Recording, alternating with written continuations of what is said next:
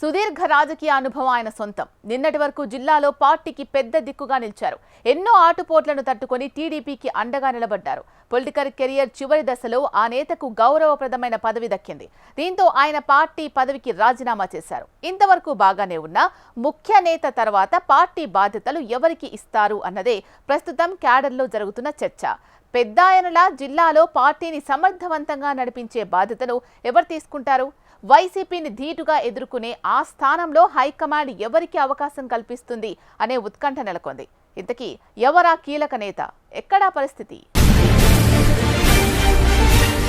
విజయనగరం జిల్లా పేరు వినగానే రాజ్యాలు, రాజవంశికులు గుర్తొస్తాయి.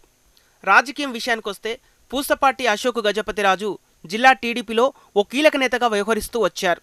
ఎన్డీఏ ప్రభుత్వంలో టీడీపీ కీలక భాగస్వామి కావడంతో అశోక్ గజపతిరాజుకు కేంద్ర పెద్దలు గవర్నర్ పదవి ఆఫర్ చేశారు. గౌరవప్రదమైన గవర్నర్ పదవి దక్కడంతో తన 43 ఏళ్ల రాజకీయ ప్రస్థానాన్ని, పార్టీ బంధాన్ని వదులుకోవాల్సి వచ్చింది. దీంతో పార్టీలో జీవితకాల సభ్యత్వాన్ని, అలాగే పోలిట్ బ్యూరో మెంబర్షిప్ని వదులుకున్నారు.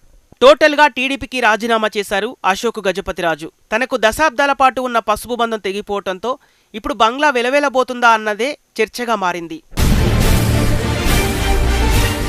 4 దశాబ్దాలుగా టీడీపీ పోలిట్ బ్యూరో సభ్యుడిగా కొనసాగిన అశోక్ గజపతిరాజు మాటకు జిల్లా టీడీపీలో ఎదురుండదని చెప్పుకుంటారు. జిల్లాలో టీడీపీ అంటే అశోక్, అశోక్ అంటే టీడీపీ అన్నట్లు వ్యవహరిస్తూ వచ్చారు. టీడీపీకి ఇంతవరకు విజయనగరం జిల్లాలో సొంత కార్యాలయం అంటూ లేదు. అశోక్ బంగ్లాయే పార్టీ కార్యాలయంగా కొనసాగుతూ వచ్చింది. దశాబ్దాల పాటు బంగ్లా చుట్టూనే రాజకీయాలు నడిచాయి. ఆయన మాటే శాసనం అన్నట్లుగా జిల్లా టీడీపీలో సాగిపోయింది. జిల్లాల్లో పార్టీకి అన్నీ తానే నడిపించారు. ఆయన చేతుల మీదుగా ఎంతోమంది ఎమ్మెల్యేలు అయ్యారు, కీలక పదవులు అందుకున్నారు. ఇప్పటి వరకు పార్టీలో అశోక్ ట్రబుల్ షూటర్గా వ్యవహరిస్తూ వచ్చారు. దీంతో చంద్రబాబు సైతం అశోక్ మాటకు విలువిస్తారని పార్టీ శ్రేణుల్లో చెప్పుకుంటున్నారు. అయితే అశోక్కి గవర్నర్ పదవి దక్కడం అంటే ఒక విధంగా పూసపాటి రాజకీయానికి ముగింపు పలికినట్లేనా అన్న చర్చ కూడా ఉంది. ఆయన వారసురాలిగా పొలిటికల్ ఎంట్రీ ఇచ్చిన అదితి గజపతిరాజు తండ్రి మాదిరిగా రాణించాలంటే చాలా కష్టపడాల్సి ఉంది. ఆమెకు జిల్లా రాజకీయాలపై ఇంకా గ్రిప్పు దొరకాల్సి ఉంది. దీంతో అశోక్ గజపతిరాజు తర్వాత అంతటి ధీటైన నాయకత్వం బంగ్లాలో లేకపోవటం ఓ లోటుగా కనిపిస్తోందని తెలుగు తమ్ముళ్లు మదనపడుతున్నారు. ఈ క్రమంలో జిల్లాలో రాజకీయం ఇప్పుడు ఎవరి చేతుల్లోకి వెళ్లబోతుంది, పెద్దాయన బాధ్యతలు ఎవరు తీసుకుంటారన్నది పార్టీ శ్రేణులో తీవ్ర చర్చ నడుస్తోంది.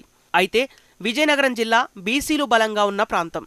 వెలమలు, తూర్పు కాపులు ఈ జిల్లాల్లో కీలకంగా ఉంటారు. జిల్లాల్లో మొన్న ఎన్నికల్లో కూటమి పార్టీ నుంచి ఎమ్మెల్యేలుగా గెలిచిన వారందరిలో కిమిడి కళా వెంకట్రావు, కోల లలిత కుమారి మినహా మిగిలిన వారంతా కొత్తవారే. దీంతో విజయనగరం జిల్లా తెలుగుదేశం పార్టీలో అశోక్ గజపతిరాజు తర్వాత అంతటి బాధ్యతను పార్టీ హైకమాండ్ ఎవరికిస్తారన్నది ఇప్పుడు టీడీపీ శ్రేణుల్లో ఉత్కంఠ రేపుతోంది. కొండపల్లి శ్రీనివాస్ మంత్రిగా ఉన్నప్పటికీ రాజకీయాలకు కొత్త కావటం, అలాగే అశోక్ గజపతిరాజు కుమార్తె ఎమ్మెల్యే అదితి విజయలక్ష్మి గజపతిరాజు కూడా మొదటిసారి ఎమ్మెల్యేగా గెలిచినప్పటికీ అప్పుడే జిల్లా రాజకీయాలను అంతగా ప్రభావితం చూపలేరన్నది పార్టీలో టాక్ నడుస్తోంది. మొదటి నుంచి కొంతమంది టీడీపీలో సీనియర్లుగా ఉంటూ పార్టీ కోసం కష్టపడి పనిచేస్తున్న వారంతా కూడా ద్వితీయ శ్రేణి నాయకులుగా చురుగ్గా కొనసాగుతూ వస్తున్నారు. వీరిలో ఎవరికి ఈ బాధ్యతలు దక్కుతాయనేది చర్చనీయాంశంగా మారింది.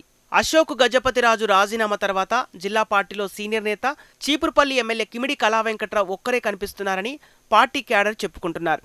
ఇదిలా ఉంటే జిల్లాలో వైసీపీ బలంగానే ఉంది.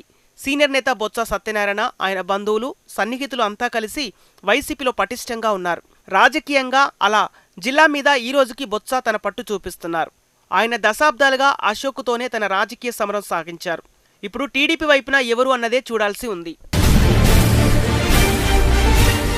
జిల్లాకు చెందిన టీడీపీ పోలిట్ బ్యూరో సభ్యులు కిమిడి కళా వెంకట్రావు చీపురుపల్లి నుంచి ఎమ్మెల్యేగా ప్రాతినిధ్యం వహిస్తూ వస్తున్నారు. అంతకుముందు పార్టీలో వివిధ హోదాల్లో మంత్రిగా, ఓసారి రాజ్యసభకు ప్రాతినిధ్యం వహించారు. అలాగే తిరుమల తిరుపతి దేవస్థానం బోర్డు చైర్మన్గా కూడా వ్యవహరించారు కళా వెంకట్రావు. మొన్న జరిగిన 2024 ఎన్నికల్లో గెలిచిన కళాకు మంత్రి పదవి దక్కాల్సి ఉంది. అయితే కొండపల్లి శ్రీనివాస్ అనూహ్యంగా మంత్రి అయ్యారు.